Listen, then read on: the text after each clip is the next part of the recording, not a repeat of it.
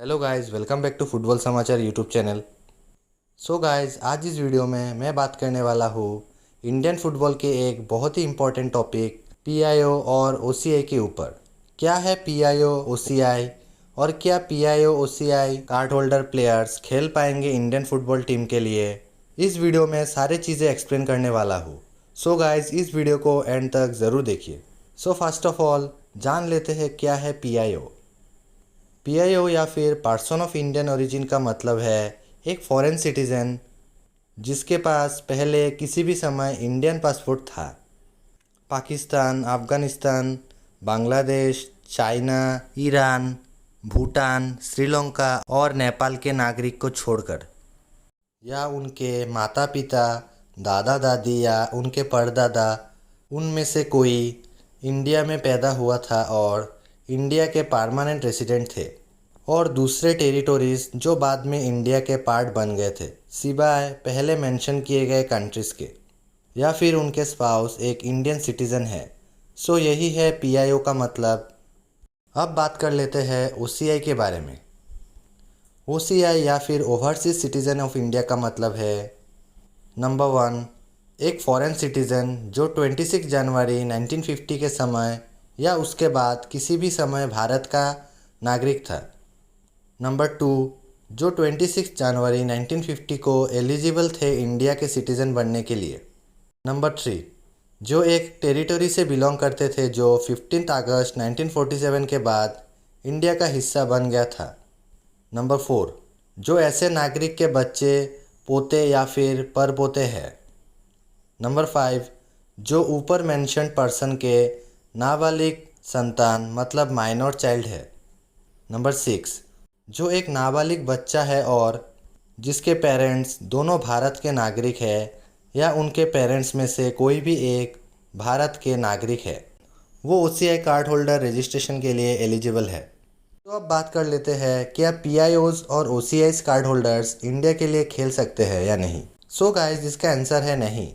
PIO और OCI players Indian team को represent नहीं कर सकते हैं क्योंकि इंडियन गवर्नमेंट ने पीआईओज और ओसीआई प्लेयर्स को प्रतिबंध किए हैं इंडियन टीम को रिप्रेजेंट करने से 2008 में, और currently government of India dual citizenship भी अलाउ नहीं करते हैं। सो अब क्वेश्चन है कि पीआईओज और ओसीआई कार्ड होल्डर कैसे खेल सकते हैं इंडियन टीम के लिए। पीआईओ और ओसीआई प्लेयर्स को अभी इंडियन टीम को रिप्रेजेंट करने का एकमात्र तरीका है अपने करेंट कंट्री के पासपोर्ट को छोड़कर इंडियन सिटीजनशिप के लिए अप्लाई करना। सो फिलहाल यही एक तरीका है। टिल डेट इजुमी अराटा ही एकमात्र सक्सेसफुल पीआईओ है जो इंडिया के लिए खेले हैं। उनका जन्म जापान में हुआ था। उनके मादर थे जापानीज और फादर थे एक इंडियन। इनिशियली उनके पास जापानीज पासपोर्ट था, लेकिन उन्होंने जापानीज पासपोर्ट छोड़ दिया था इंडिया को रिप्रेजेंट करने के लिए 2013 में। सो फाइनली अब बात कर लेते हैं कुछ प्रोमिनेंट एलिजिबल पीआईओ प्लेयर्स के बारे में। नंबर 1, यान धंधा। यान धंधा जिनका जन्म बिर्मिंघम यूके में हुआ था। उनके माता इंग्लिश है और उनके पिता का जन्म इंग्लैंड में हुआ था, जिनके माता पिता पंजाब से थे। यान धंधा का एज है 22 ईयर्स और वो खेलते हैं एज एन अटैकिंग मिडफील्डर। यान धंधा फर्स्ट एवर ओरिजिन प्लेयर है जिन्होंने लिवरपूल के साथ एक प्रोफेशनल कॉन्ट्रैक्ट साइन किया था। दिसंबर 2015 में उन्होंने लिवरपूल के अंडर 18 और अंडर 23 टीम के लिए खेले थे। उन्होंने इंग्लैंड अंडर 17 टीम को भी रिप्रेजेंट किया है। अब वो currently EFL championship club Swansea City के लिए खेल रहे हैं। नंबर 2, सरप्रीत सिंह। सरप्रीत सिंह का जन्म ऑकलैंड न्यूजीलैंड में हुआ था। उनके पेरेंट्स इंडियन हैं और वो बुंडेसलीगा में खेलने वाले पहले इंडियन ओरिजिन प्लेयर है। उनका एज है 22 ईयर्स और वो एज ए अटैकिंग मिडफील्डर खेलते हैं। वो करंटली बायर्न म्यूनिख के लिए खेल रहे हैं और न्यूजीलैंड नेशनल टीम के लिए उनके 6 अपीयरेंसेस है। Number 3, Dylan Markande. Dylan Markande का जन्म इंग्लैंड में हुआ था। उनका एज है 19 ईयर्स और वो टॉटनहम हॉटस्पर्स के अंडर 23 टीम में खेलते हैं। वो mainly as a right winger खेलते हैं और वो स्पर्स के यूथ साइड के एक की मेंबर थे जब स्पर्स रनर्स अप बने थे अंडर 18 प्रीमियर लीग के 2018-19 सीजन में। Number 4 Neil Taylor. Neil Taylor one of the most popular name है इस लिस्ट में। उनका जन्म भी यूनाइटेड किंगडम में हुआ था और उनके मादर कोलकाता से है। उनका एज है 32 ईयर्स और वो एज ए लेफ्ट बैक खेलते हैं। उन्होंने इंग्लैंड के क्लब्स जैसे स्वेंसी सिटी, एस्टन विला में खेल चुके हैं और वेल्स नेशनल टीम के लिए भी उनके 43 अपीयरेंसेस है। नंबर 5 है डैनी बाथ। डैनी बाथ का जन्म यूके में हुआ था। उन्होंने 2017 में डिक्लेयर किया था कि वो इंडिया के लिए खेलना चाहते हैं। उनका एज है 30 ईयर्स और वो एज ए सेंटर बैक खेलते हैं और वो करेंटली स्टोक सिटी के लिए खेल रहे हैं। प्रीमियर लीग क्लब वुल्वरहैम्पटन वांडरर्स के लिए उनके 212 अपीयरेंसेस है। सो गाइस, यही थे कुछ इंडियन ओरिजिन प्लेयर्स। और भी बहुत सारे इंडियन ओरिजिन प्लेयर्स हैं, तो मैं उनके नाम मेंशन कर देता हूँ। नंबर 1 ओमित सिंह। ओमित सिंह का जन्म ईरान में हुआ था और उनका एज है 30 ईयर्स। वो एज ए मिडफील्डर खेलते हैं।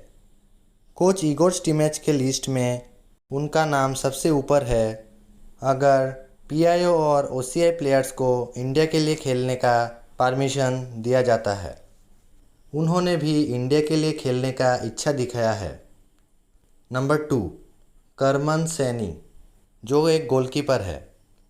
नंबर 3 दिनेश गिलेला, जो एज ए सेंटर बैक खेलते हैं। नंबर 4 आर्यन विलियम्स, जो एक काफ़ी वर्सेटाइल प्लेयर है और वो एज ए डिफेंसिव मिडफील्डर खेलते हैं और एज ए सेंटर बैक भी खेल सकते हैं। उन्होंने Imphal west club NEROCA FC के लिए भी खेल चुके हैं। नंबर 5 हरमीत सिंह, जो कि एक मिडफील्डर है। उनका जन्म नॉर्वे में हुआ था और उनके पेरेंट्स लुधियाना से है। उन्होंने नॉर्वे सीनियर टीम के लिए भी खेले हैं। उनके सीनियर टीम के लिए 5 अपीयरेंसेस है। नंबर 6 लुसियानो नर्सिंग, जो कि एक वर्सेटाइल विंगर है, जाना जाता है अपने पेस, ड्रिबलिंग और एक्सेप्शनल क्रॉसिंग एबिलिटी के लिए। नेदरलैंड्स टीम के लिए उनके 16 अपीयरेंसेस भी है। Number 7 Luther Singh. Luther Singh एक स्ट्राइकर है। उनका जन्म साउथ अफ्रीका में हुआ था, लेकिन उनके ग्रैंडफादर एक सिख है, सो वो एक इंडियन ओरिजिन प्लेयर है। वो एज ए नंबर 10 और विंगर भी खेलते हैं।